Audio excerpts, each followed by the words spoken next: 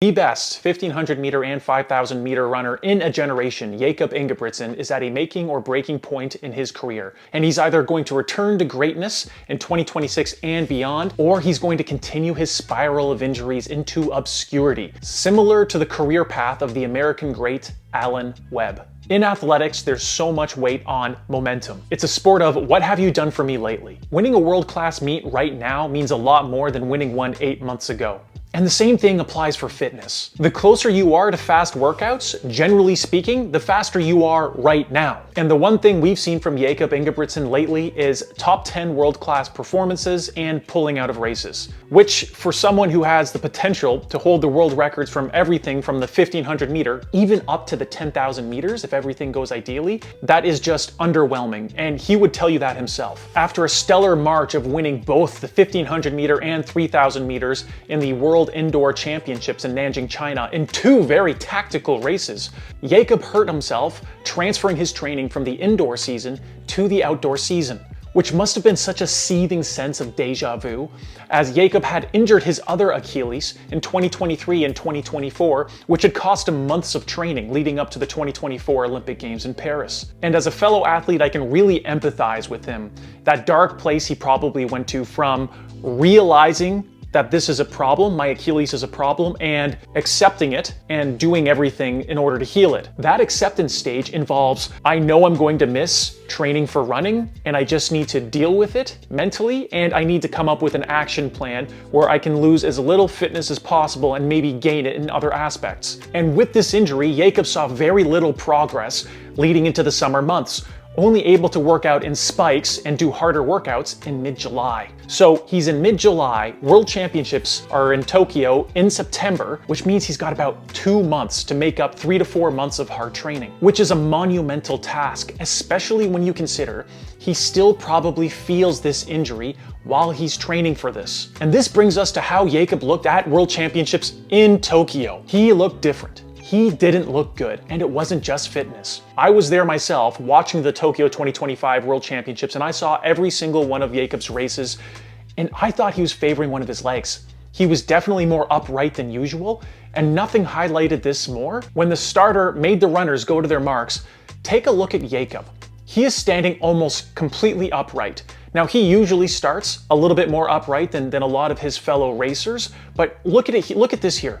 He looks like he's about to smoke a cigarette, not run a 5,000 meter race. And when the race goes off, he barely accelerates. Now, we've seen before Jakob going straight to the back in a lot of these races, especially the longer ones, even the 1500 meters. This guy has balls of steel. He'll go out in 14 seconds, 15 seconds, the first 100 meters, but he looked really goofy, starting from a standing start and then accelerating to the stride he was going to run in the race. And this makes sense because his Achilles is hurting. And it's one of 3 reasons why he looked like that while accelerating to race pace. A, he feels his Achilles in crouched positions and he wants to stay as upright as possible. B, he's afraid he's gonna feel his Achilles in the acceleration from a standing start, which is a common symptom of Achilles injuries. Or C, both. Really quickly, guys, if you like this video, please like and subscribe down below. Back to the video. I found the awkwardness in his stride also in the kick to the finish in all of his races.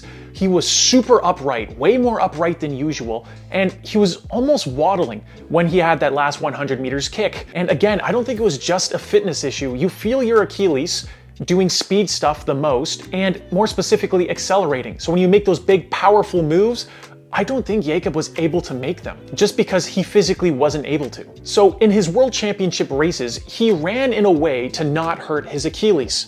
And if you scratch beyond the surface, this is a big problem. Because if you're running like that at World Championships, the odds are you've been training like that for a while now. And all the training you're doing is you're making these adaptations in your body to run with your improper form, which will fuel more injuries in the future and make your stride not as efficient, making you go slower. There's a lot of negative connotations here. Training in your new inefficient form will make you better at running in your new inefficient form, which is not good for someone like Jakob. Jakob brute forced his return to Tokyo 2025. And if you saw Jakob's most recent video on his YouTube channel called Fearless, you know the amount of courage it took for him to run World Championships while knowing he was not in fantastic shape.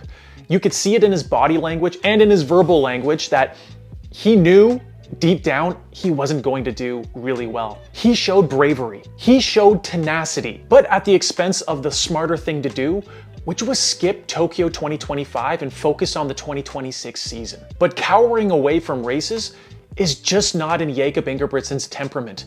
He's a very brave runner. He wants to live and die by the sword. In my opinion, he's the modern day Prefontaine. He totally embodies the to give anything less than your best is to sacrifice the gift. And man, does Jakob have the gift for grit. However, he didn't show the same gladiator mentality when he pulled out of European cross-country championships a little more than a week ago. And I think it's much easier to die in your sword in the pinnacle of track and field at world championships than it is at a continental cross-country meet. There's a lot less honor fighting for the sake of fighting in a much smaller arena like cross-country. But it's good he pulled out. Why risk injuring or irritating your Achilles tendon again and missing even more time in 2026? The cooler heads on the Ingebrigtsen team have prevailed.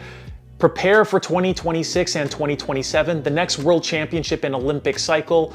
Everything else is just a side quest. But that leaves us the question, will Jakob return in his prime form? The 2024 326 Jakob Ingebrigtsen. Few people understand this, but Jakob is in a very delicate position right now.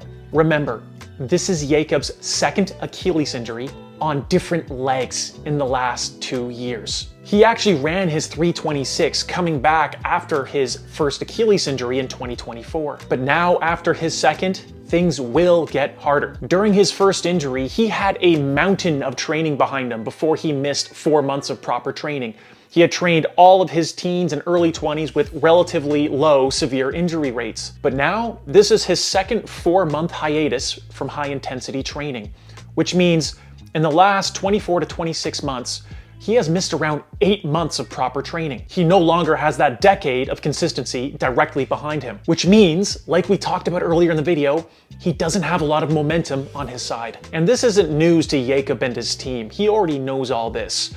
The main issue is this is Jakob's second Achilles injury in the last 2 years on different legs, which means there is something mechanically wrong with how he runs. He can't train with an increased volume and intensity without getting injured. There's something in his form that needs to be fixed, or else this is just going to keep happening. Jakob and his team need to focus on the how, not the what. It's not going to be the double threshold workouts, the 1500 meter pace workouts, or just the zone 2 training that's going to bring Jakob back into prime running form. That's the what, as in what training are you going to do to get fitter? It's going to be how he's running those workouts, which is going to be the difference maker. Does Jakob overstride after his 9th repetition when he starts getting fatigued in repeat 1000s?